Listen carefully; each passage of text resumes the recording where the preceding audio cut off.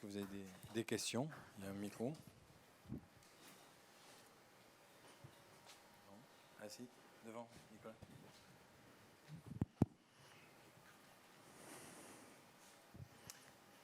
Merci. Oui, j'ai des questions relatives à l'usage du NDI. Et je reviens sur la latence qu'on avait évoquée tout à l'heure en préambule avant que ça ne commence. Donc j'ai cru comprendre qu'on avait une liaison encryptée entre vos installations et ici. Est-ce qu'il y a de la latence qui est induite par ce tunneling? Alors oui, il y a un petit peu de latence. De toute façon, à partir du moment où on va passer par plusieurs équipements, ça va forcément rajouter de la latence. Par contre, on est dans la latence réseau, vraiment purement réseau. Donc c'est des latences qui sont vraiment totalement minimes en fait. Vous l'avez mesuré la latence entre ici et le bureau par exemple? En fait, ce qu'on a surtout mesuré, c'est plus des contraintes par rapport à la bande passante, parce qu'on va encapsuler en fait les données dans un tunnel crypté. Et donc, les flux vont être plus importants en termes de taille. Mais en termes de latence, on n'a pas noté de différence vraiment importante. Ce qu'il faut savoir, c'est que l'interconnexion entre ici et réseau local, si vous faites un ping pour un test de transfert de paquets, on doit être à 20 millisecondes. On est à moins de 10 millisecondes. Moins de 10 millisecondes. Voilà. On parle d'une latence, nous, sur un encodeur, un boîtier hardware dédié, de l'ordre de 100 millisecondes à peu près. Absolument. Donc, rajouter ou enlever 10 millisecondes, ça ne fera pas une très très grosse différence. Alors ça, c'est valable parce qu'on est sur un routage parisien. Quid d'un routage national, voire international? C'est là où il faut vraiment bien étudier les infrastructures et pas s'appuyer sur une seule liaison, prévoir plusieurs liaisons avec des systèmes de load balancing pour pouvoir s'assurer que les paquets vont prendre le chemin le plus court. Il y a un autre élément qu'il faut prendre en compte aussi, c'est que le routage sur Internet change en permanence. Tous les fournisseurs d'accès reconfigurent leurs équipements pour gérer des problèmes de congestion, etc. Donc c'est tout à fait possible que sur une même journée, votre paquet va transiter par des routeurs complètement différents du fait des décisions du fournisseur d'accès. Alors si on a un changement de route, est-ce que le flux est maintenu ou est-ce que le flux s'arrête? Le flux sera toujours maintenu parce qu'on reste sur une infrastructure IP. Donc en fait, c'est un système d'envoi par paquet. Si jamais à un moment le paquet n'arrive pas à destination, on le renvoie. Donc de toute façon, quoi qu'il arrive, même si le routage change, on aura peut-être certaines séquences où on aura des pertes de frame, ça c'est possible, effectivement, mais il n'y aura pas de coupure du flux. La plupart du temps, il n'y a pas de coupure au niveau de l'audio non plus. Même en cas de perte de paquet importante? Mais en cas de perte de paquet important, c'est vraiment un des avantages du NDI. Si en termes de débit, à un moment on a un goulot d'étranglement, ce qui peut arriver, on va avoir un phénomène de drop de frame, mais on ne va pas avoir ni d'influence directement sur la qualité de l'image, ni de coupure en fait au niveau du flux. Ce qui ne sera pas forcément le cas par contre si vous fonctionnez en NDI HX, puisqu'on a une couche H264 pour la partie compression, ce qui fait que là on risque d'avoir plus des effets d'artefacts ou des choses comme ça qu'on peut constater aujourd'hui dans du streaming sur des plateformes en ligne. Alors, une information importante qu'on a zappée, et je suis désolé, dans les fonctionnalités, les nouvelles fonctionnalités du NDI 4, on a oublié de vous présenter, j'ai oublié de vous présenter, pardon, la fonction multipass TCP. Alors, je ne suis pas du tout averti sur ce type de technologie, mais c'est assez nouveau, a priori de 2013, c'est ça, en termes de mise à disposition. Oui, c'est assez récent. Voilà. Et l'idée est plutôt intéressante, puisque là, on symbolise un switch. Donc, c'est une nouveauté dans les NDI 4, donc qui peut confirmer un peu aussi et améliorer aussi ces problèmes de latence. Vous voyez ici un switch. Ici, on a des destinations qui sont par exemple des TriCasters, et on a des sources NDI. Donc, chacun des TriCasters est doublement attaché au switch. Et donc, ici, on a voulu symboliser l'idée que s'il y a un problème sur un lien, eh bien, le multipass va gérer en fait cette balance, cette bascule. Une redondance réseau. Et voilà, et c'est une espèce de redondance. Je ne sais pas si c'est vraiment ça dans les faits. Oui, c'est du routage dynamique. Voilà, là, on est vraiment dans des fonctionnalités réseau qui sont vraiment propres au fonctionnement du réseau IP. C'est la couche TCP qui vient s'ajouter à l'UDP. Et donc là, on est sur quelque chose qui est vraiment éprouvé. Internet nous a prouvé que de toute façon, les mauvaises choses qu'il ne fallait pas faire. Donc aujourd'hui, on est vraiment sur des infrastructures qui sont bien maîtrisées. C'est pour ça que ces notions de bascule automatique, ça vous arrive tous les jours, mais vous n'en rendez pas forcément compte. Nous, on a des contraintes assez fortes qui sont liées au débit. Et c'est là-dessus vraiment qu'il faut prendre en compte le fait que, comme vous disiez, voilà, sur Paris, on a une infrastructure qui peut très bien fonctionner, mais si on veut taper un site en province, il faut bien bencher la ligne en amont pour s'assurer qu'en définitive, en termes de débit, on a les tuyaux suffisants. Et alors pour le coup, on est en liaison point-point, en imaginant une liaison Paris-Province ou Paris à l'étranger, ou est-ce qu'on peut utiliser des serveurs proxy ou des... Alors les proxys, pas encore. Ça fait... Alors, on a aussi oublié de vous parler, j'ai oublié de vous parler d'un deuxième point qui est que NewTek a choisi d'appeler le Discovery Server. Donc là, c'est la possibilité en fait de faire des liens en fait entre différents serveurs, et notamment, vous savez peut-être, vous l'avez compris, que le NDI se base sur MDNS en fait pour annoncer les flux. Donc c'est comme ça que Studio Monitor, par exemple, est capable de faire la liste des flux. Et quand vous sélectionnez le flux, on fait une liaison point à point entre les deux unités, enfin, entre l'émetteur et le récepteur. Et bien là, grâce à cette fonctionnalité, donc, on va pouvoir donc indiquer au système NDI de solliciter un serveur pour justement faire transiter les flux d'une infra à une autre ou voilà, d'un VLAN à l'autre, par exemple. Pour l'instant, le NDI est vraiment conçu sur un écosystème dédié sur le même environnement. Du coup, les équipements ne font pas la différence. Là, même d'un point de vue réseau, vous ne pouvez pas faire la différence entre un équipement qui serait situé ici ou un équipement qui serait situé à distance. Ils évoluent vraiment dans le même écosystème. Par contre, NewTek est vraiment conscient de ces problématiques-là. Absolument. Et donc, du coup, amène justement des nouveautés, réagit par rapport aux remontées de la communauté et fait en sorte d'apporter des services supplémentaires. Une précision, donc l'introduction d'un Discovery Server est vraiment pour remplacer le système d'annonce MDNS qui, lui, ne peut pas passer dans le cloud, ne peut pas sortir du réseau local. Donc là, je vais vous montrer l'implémentation. Donc c'est une application, le Discovery Server est une application que NewTek va intégrer directement dans le kit SDK 4.0, NDI 4.0. Et en fait, il va apparaître dans les applications, notamment ici sur toutes les applications qui doivent recevoir des flux NDI. Ici, on va pouvoir simplement cocher l'option Discovery Server dès qu'il y en a un disponible sur le réseau, entrer l'adresse IP du serveur, et donc les flux ne devront plus être annoncés en MDNS, mais à travers ce Discovery Server, donc à travers du cloud, à travers des sous-réseaux, sans aucun souci.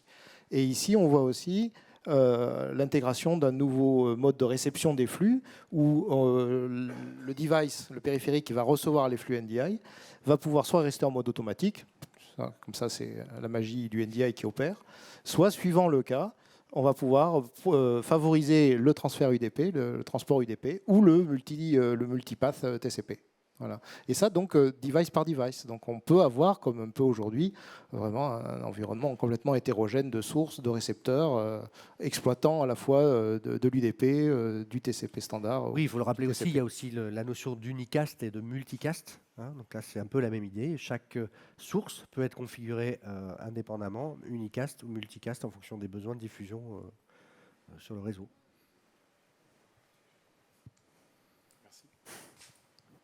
On a une autre question au fond. Une autre question. Ouais, salut Romain. Juste pour info, on est à quelle échéance sur l'accostage pour la QoS sur le NDI HX ou le NDI et quand est-ce que ce sera éprouvé? Alors, on a fait pas mal de tests sur le QoS. Pour l'instant, ça fonctionne. La problématique principale est qu'on n'a pas de différenciation. On est sur le même écosystème, on n'a pas de différenciation des différents sites. On ne passe pas en fait par un point de broutage centralisé. Donc là, c'est vraiment au niveau des équipements, au niveau des switches qu'il faut intervenir. Alors quand je disais que c'est pas possible, c'est pas tout à fait vrai. En fait, c'est possible, mais ça va nécessiter des équipements qui vont coûter beaucoup plus cher. Au niveau réseau, vous avez des switches vraiment basiques qui sont des multiprises, et puis ensuite derrière, vous avez des capacités de management, d'administration de niveau 1, de niveau 2, voire plus. Dès que vous montez dans les niveaux, vous allez pouvoir justement intervenir sur les trames, sur les paquets, faire du filtrage, du DPI, des choses comme ça. Mais là, ça va sous-entendre des équipements vraiment plus coûteux. Et donc là, c'est vraiment une question après derrière de budget. Et ensuite, l'autre problématique aussi est en termes d'infrastructure, on passe là, en l'occurrence, par une ligne Orange. On n'a pas la main, nous, directement sur le routeur de Orange. Donc, cette partie QoS ne peut pas être maîtrisée à ce niveau-là. Et c'est là qu'il faut qu'on puisse travailler, nous, avec l'opérateur, pour pouvoir mettre en place des règles qui sont en synergie avec ce que nous, on met en place sur l'infrastructure LAN qu'on va déployer. Donc, pour répondre à ta question, c'est possible aujourd'hui. Par contre, il y a des contraintes techniques et budgétaires. Il faut qu'on ait les bons interlocuteurs et les bons équipements. Et donc, raisonnablement, je pense que la techno sera mature au niveau QoS. Alors, j'entends en fait au niveau des équipements, mais la question que je me pose, est-ce qu'il ne serait pas, si on veut vraiment profiter pleinement de la techno NDI, là j'en ai pris plein les mirettes, est-ce qu'il ne serait pas intéressant en fait de créer du VLAN dédié sur une infra existante, plutôt que de faire cohabiter? Je dirais même c'est fortement conseillé, ne serait-ce que pour pouvoir ensuite diagnostiquer en cas de problématique. Si vous branchez vos équipements sur votre réseau existant, vos flux NDI vont coexister avec le live stream de YouTube, avec le voisin qui regarde Netflix, avec l'autre voisin qui upload ses photos sur Facebook. De garantir une bande passante minimale, par exemple. Ça. Donc là, segmenter les VLAN, ça permet aussi de définir des priorités et clairement d'avoir un VLAN NDI qui est prioritaire par rapport aux autres. Et puis ça permet aussi, en cas de pépin sur l'infrastructure réseau, que ça ne déborde pas. En termes de sécurité aussi, au niveau des accès, si vous voulez éviter que n'importe qui puisse accéder à n'importe quel flux, vous pouvez segmenter. Et le gros avantage des VLAN, c'est que ça ne consomme pas beaucoup de ressources au niveau des équipements. Donc avec un switch comme celui qu'on a là, on peut créer, si on veut, 50 VLAN. Pourquoi pas un VLAN dédié à une branche, à une filiale, etc. Et là, on est sûr que tous les flux sont segmentés. Et quand on a une problématique sur une interco, on a juste un VLAN à monitorer, ce qui est beaucoup plus facile pour retracer une problématique. Voilà, donc les VLAN sont vraiment fortement conseillés et des équipements du coup manageables avec un minimum d'intelligence. On a 2 questions Internet. La première, c'est pour toi. Comment se passe le failover et si on a une rupture de réseau, comment prenez-vous le relais dessus? Alors, c'est une bonne question. Ça se passe super bien, le failover. C'est super. Il y a vraiment différentes approches. On a soit du failover, soit du load balancing. On a des notions éventuellement soit de non-réponse. C'est-à-dire qu'on va avoir au sein de nos équipements un signal qui va être généré de façon récurrente pour aller vérifier la disponibilité d'une machine sur le réseau. Et si à un moment ou un autre, cette machine ne répond pas, il va faire d'autres tests et il va en conclure toute seule que la liaison est tombée et à ce moment-là, basculer sur une autre liaison. Là, on est vraiment sur du failover. Le problème, c'est qu'on risque d'avoir une petite phase de coupure dans ce genre de cas, puisque le temps que la machine réalise qu'elle n'est plus connectée, il n'y a plus de trafic. Nous, on privilégie plus l'approche de load balancing, c'est-à-dire d'avoir plusieurs liaisons actives en simultané, en fait, et donc de répartir en fait, la bande passante et les flux de façon intelligente sur tous les liens qui sont mis à disposition, ce qui fait que quand il y a un lien qui tombe, c'est complètement transparent pour les utilisateurs, puisque de toute façon, quoi qu'il arrive, ça transite par plusieurs liens.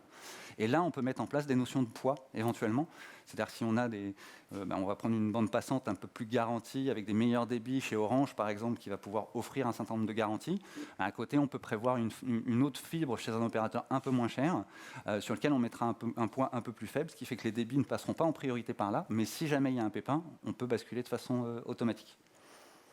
Voilà. Après, on a toujours possibilité sur nos équipements, étant donné que nous, on est sur une infrastructure cloud, de prendre, nous, la main à distance sur les équipements et donc d'intervenir, de corriger des configurations et éventuellement de remonter des problèmes.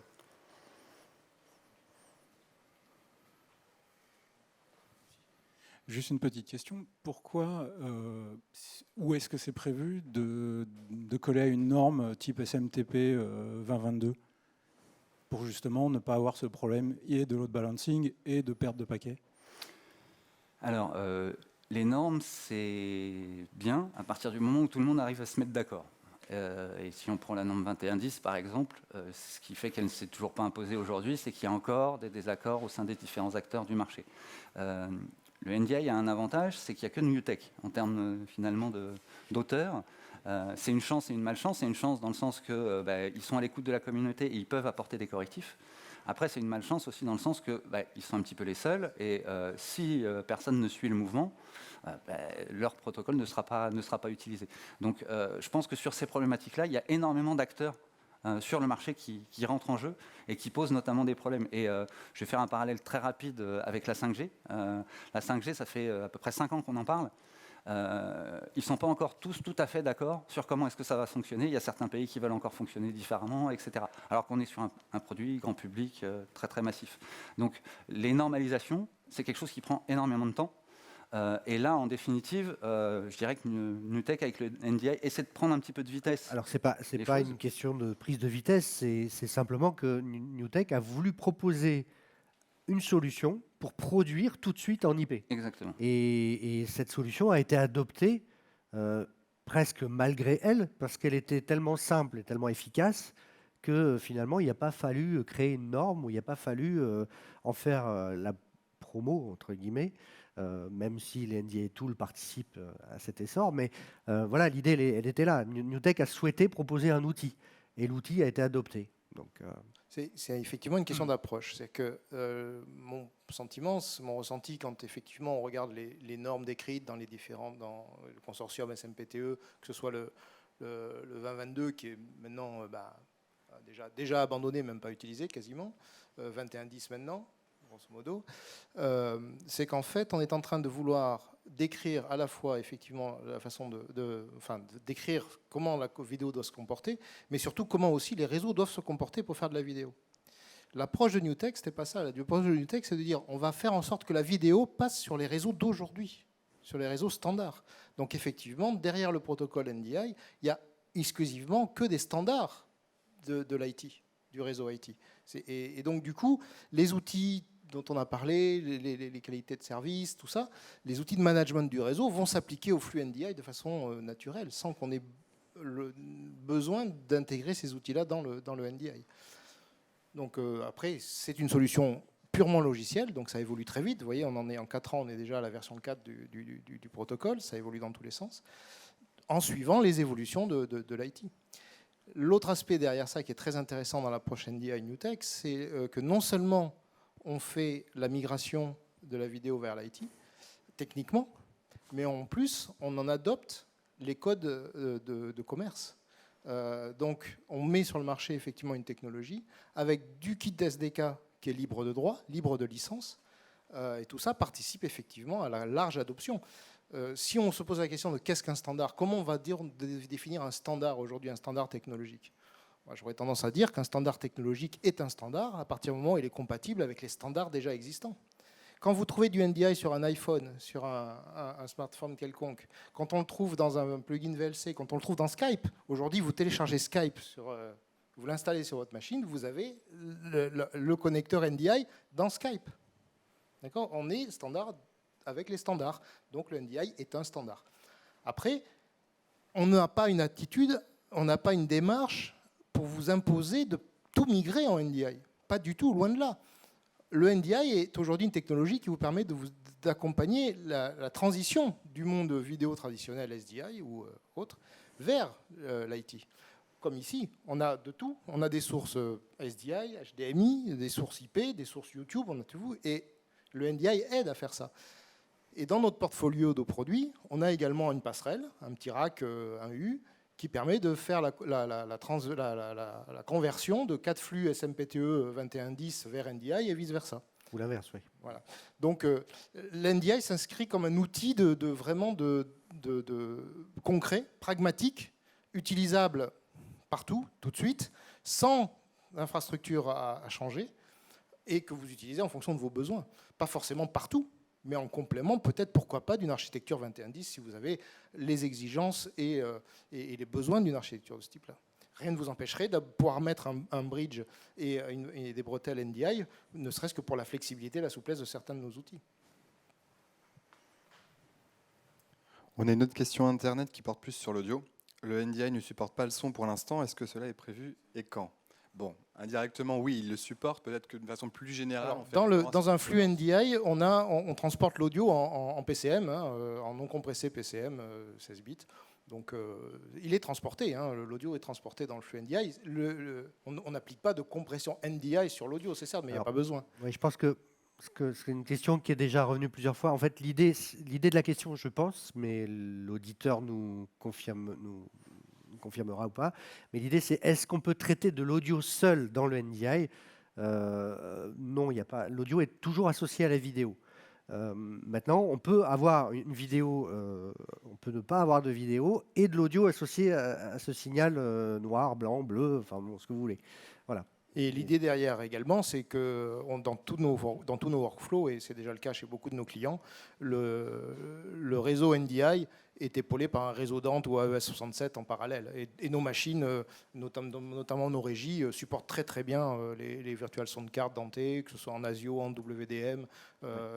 Et même actuellement, dans nos dernières versions de TriCaster, de régie, toutes les sources internes, donc nos magnétolecteurs ou les sources qu'on va connecter en analogique. Par exemple, je vais prendre un SDI embédé avec audio embédé sur une entrée SDI de ma régie. Automatiquement, ce flux va être disponible en Dante. Mes magnétos vont être disponibles en Dante. Donc même pas besoin de router des auxiliaires ou de faire des routages compliqués. C'est disponible directement sur le réseau Dante. Donc on a, voilà. D'où, je pense, l'idée effectivement n'est pas forcément d'aller vers une écriture de l'audio en NDI. L'auditeur, pour le coup, vient effectivement de confirmer que c'est le sens de la question. Oui, oui. C'est pas la première fois qu'on nous la pose.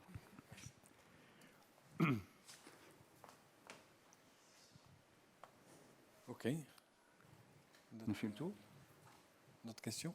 Bon. Écoutez, je vous remercie. Donc, on va clore pour aujourd'hui. Ce qu'il y a à retenir, c'est que la convergence, elle est bien là. Et voilà. Et donc, je vous remercie vraiment d'être venu. Et puis, à bientôt pour une autre session. Merci. Merci.